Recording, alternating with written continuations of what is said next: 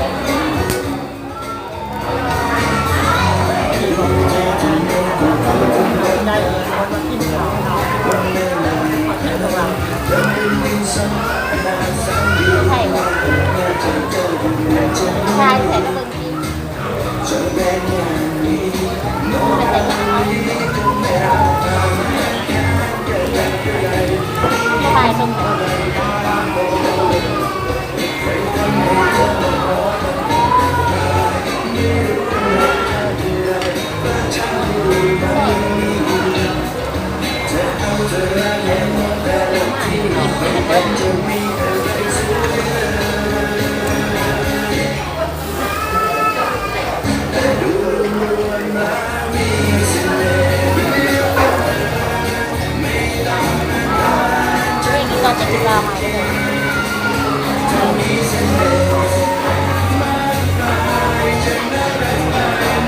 เล็กที่ไม่ได้ทุกอย่างก็เป็นเช็คกันมาเลย เอ้ยผูกแล้วต้องต้นกันหน่อยทุกแบบเนาะ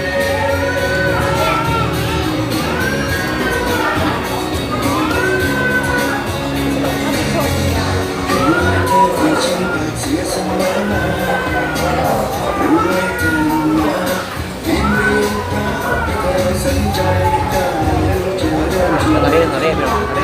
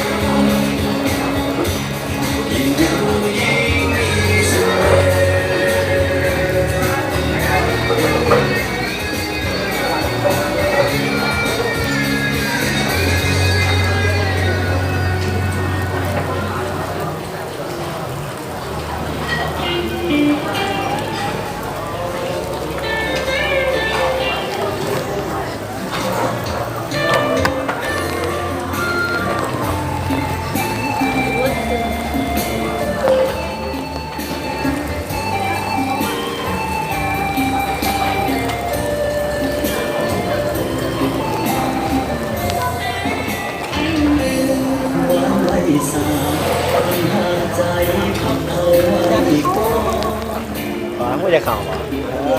ไม่จะเข่ายูทูบ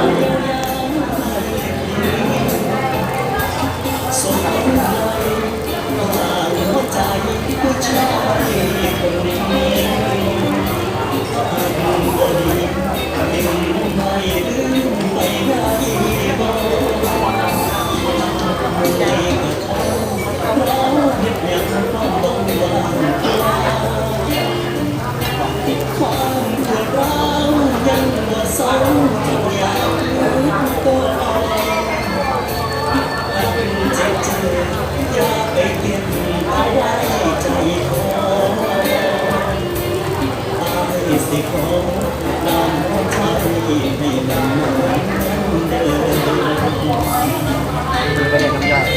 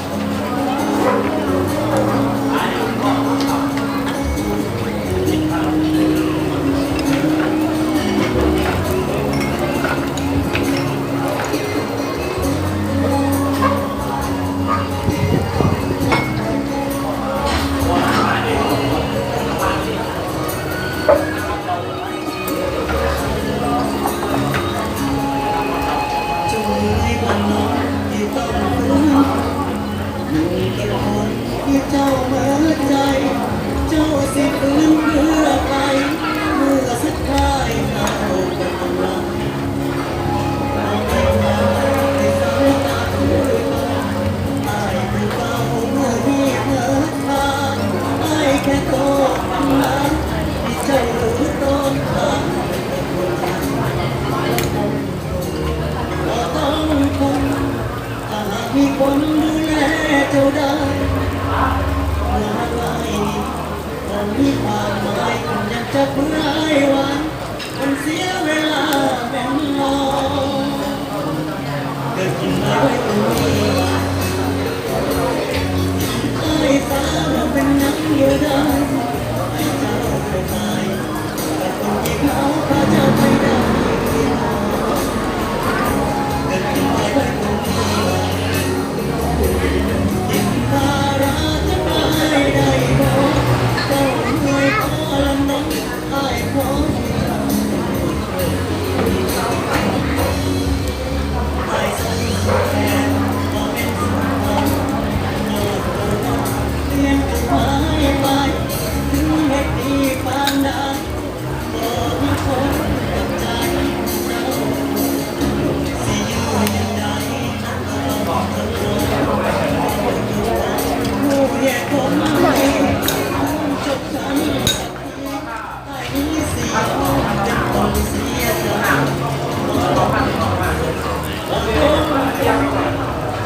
มีคนดูแล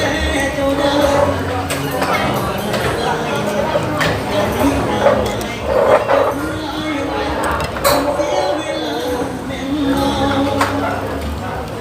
เกิดจริงเลยว่าตรงนี้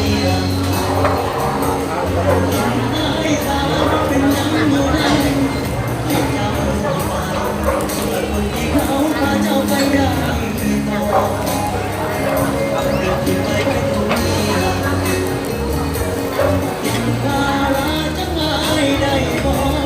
เจ้าเคยขอละน้องไอ้เขามีทาง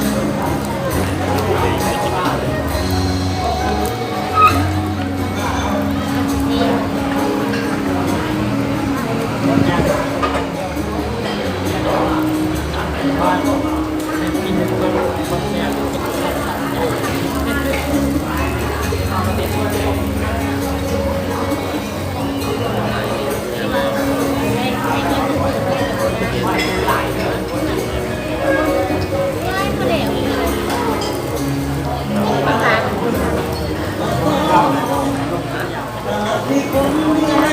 เจ้าได้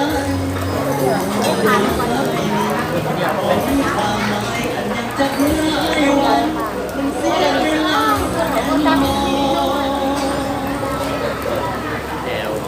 เกิดจริงไหมไว้ตรงนี้ จะไปถึงต่าง ให้คนเราเป็นน้องอยู่ได้ เงินมาเป็นหมื่นน่าจะต้องเป็นล้านอยู่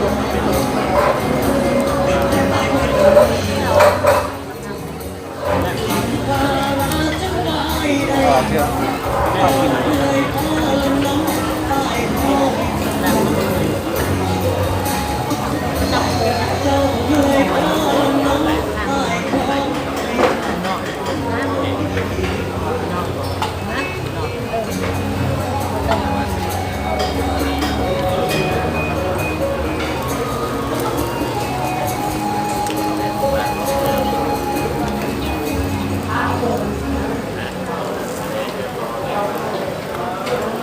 ั่วไปเลย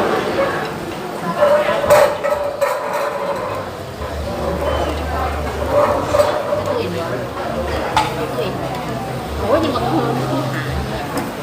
เมื่อที่ตลาดหุ้นอะไรเยอะมากที่โต๊ะน้ำหายโต๊ะว่าแล้ววันนี้เรื่องอะไรกินเมื่ออะไรเมื่อเช็คกินเองอะไรเดือนเมื่อเช็คกินเอง พี่แก่ ยืนสงสารเอาฝนที่มันพรำพรำลงใส่หน้าด้วยน้ำตาฟ้าดินสูญเสียแล้วความฮักนาทีสุดท้ายคำโลกดังหัวใจของเราถูกขังไว้นานเจ้า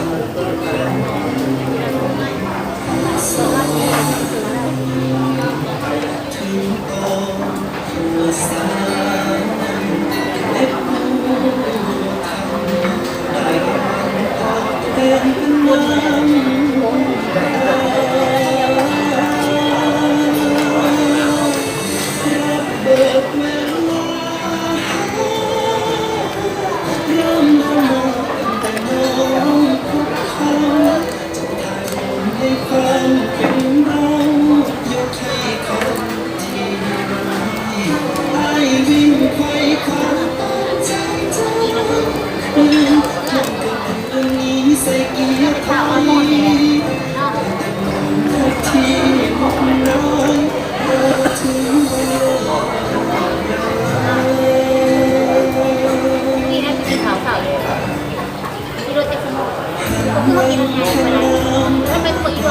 คนที่เป็นยังไงเนี่ย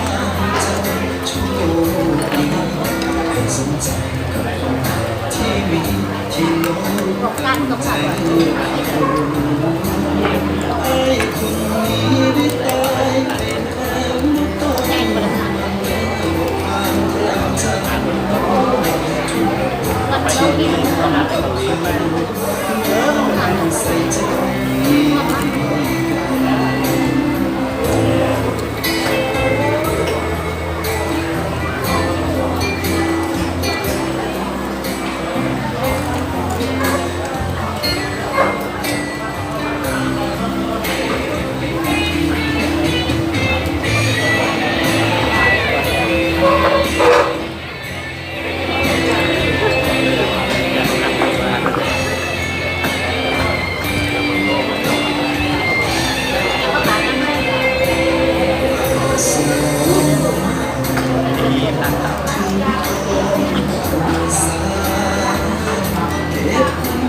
คนใช่เนี่ยทุกคนเลยแทนเป็นน้ำ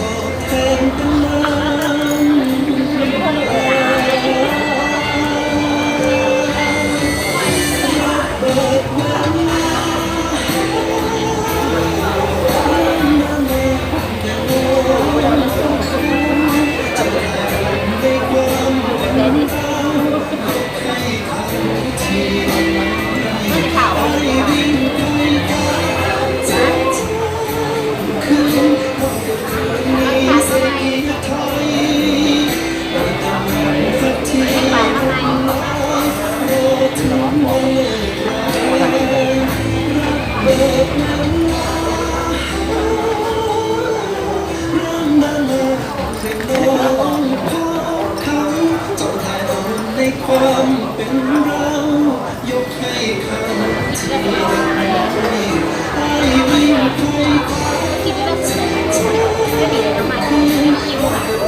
นี้ใส่กีไทย มากโอกาสนะก็จะข่าวก็จะหาพวก รอถึงวันเลิกรา บางทีก็คนใกล้เขาเรื่องทีก็รู้ว่าทีก็รู้ว่ากูก็เลยจะสั่งอย่างนี้นอนเราไปเถอะอะไรเดียว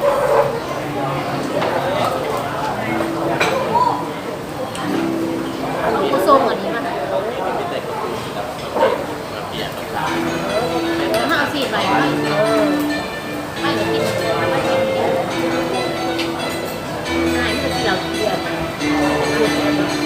เราจะกินอะไรมาหน่อยค่ะสีหาค่ะ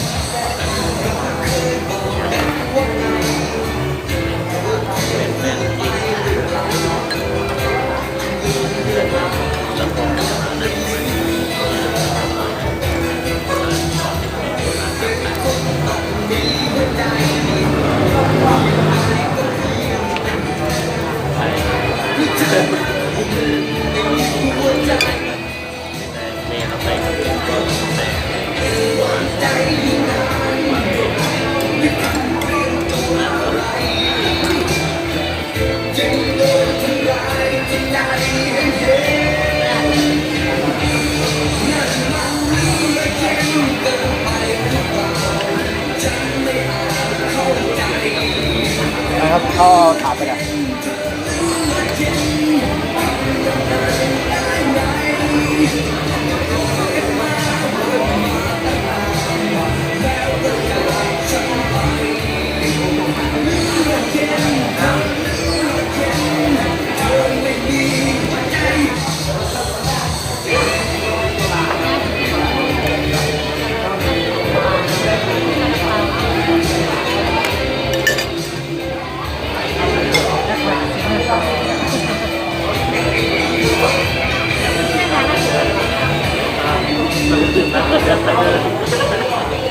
เป็นยังไงเลื่อนๆได้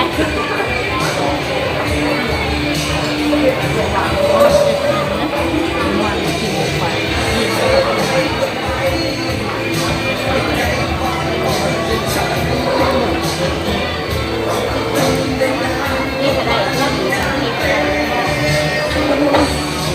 ที่โครงสร้างแล้วก็เลยแค่ในมือนี่ก็พอหม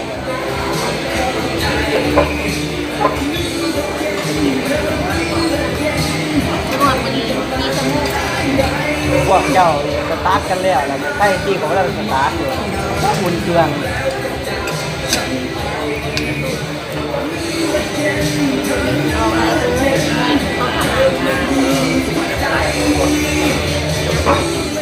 วันไปว่า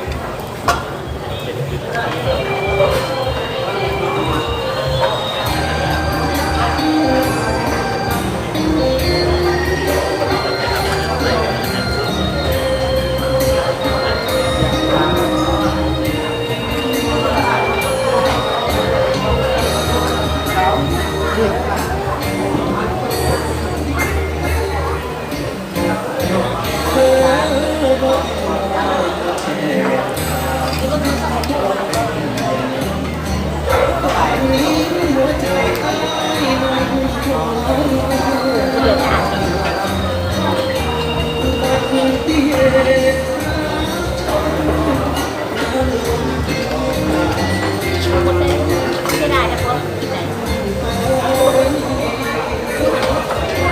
ไปกินต้อง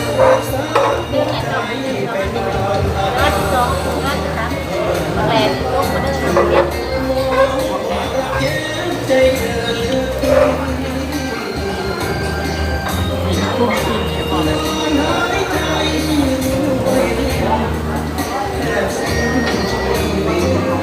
มันไม่จบ